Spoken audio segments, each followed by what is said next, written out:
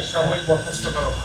এভাবেই কমলাপুর স্টেডিয়ামের প্রশাসককে বরখাস্ত করলেন যুব ক্রীড়া প্রতিমন্ত্রী আমিনুল হক। ডাইরেক্ট অ্যাকশন বলে কথা। গণমাধ্যমে প্রচারিত হয় ফুটবলাররা যখন মাঠে ফুটবল নিয়ে ব্যস্ত তখন ড্রেসিং রুমে থাকে না বিদ্যুৎ। স্টেডিয়ামে চরম অব্যবস্থাপনা, অস্বাস্থ্যকর পরিবেশ, অপরিচ্ছন্ন।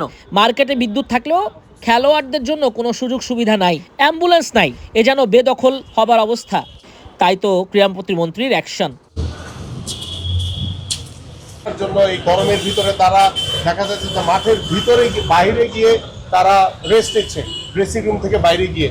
তা আমরা চাই যে দ্রুত সময়ের ভিতরে আমাদের এই কার্যক্রমগুলো শুরু করে দিয়ে ইনশাল্লাহ আমরা দ্রুত সময়ের ভিতরে আমরা কমলাপুর স্টেডিয়ামের যে একটি ভাব রয়েছে সেই জায়গাটি আমরা পরিবেশটি আমরা ফিরে আনতে চাই।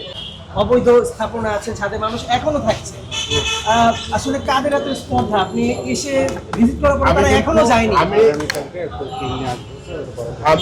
আমি গতকালকে যখন রাতে যখন দেখলাম, দেখার পরে আমি নিজেই আমাদের নির্বাহী পরিচালক তাকে জিজ্ঞেস করলাম যে আমি তো গত 2 মাস আগে বোধহয় এখানে এসে ভিজিট করে গিয়েছিলাম এবং এটি এতদিনে পরিষ্কার হয়ে যাওয়ার কথা, এখানে কোনো কিছুই থাকার কথা না তাৎক্ষণিকভাবে।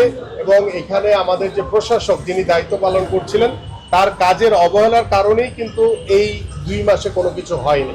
এবং যখন আমার নজরে এসছে তাৎক্ষণিকভাবে কিন্তু তার বিরুদ্ধে আমরা ব্যবস্থা নিয়েছি, তাকে সাময়িক বরখাস্ত করা হয়েছে। এবং আগামীকালকে ফুল টিম আসবে আমাদের এনইসির পক্ষ থেকে, এবং এনইসির পক্ষ থেকে এসে আমাদের যেখানে আমাদের কারেকশন দরকার, যেখানে আমাদের সংশোধন করা দরকার, যেখানে আমাদের রিপেয়ারিং দরকার, যেখানে আমাদের সকল আবর্জনা ময়লা পরিষ্কার করা দরকার, সব বিষয়গুলো নোট করে নিয়ে ইনশাল্লাহ আমরা দ্রুত সময়ের ভিতরে সকল কার্যক্রম শুরু করতে চাই। এবং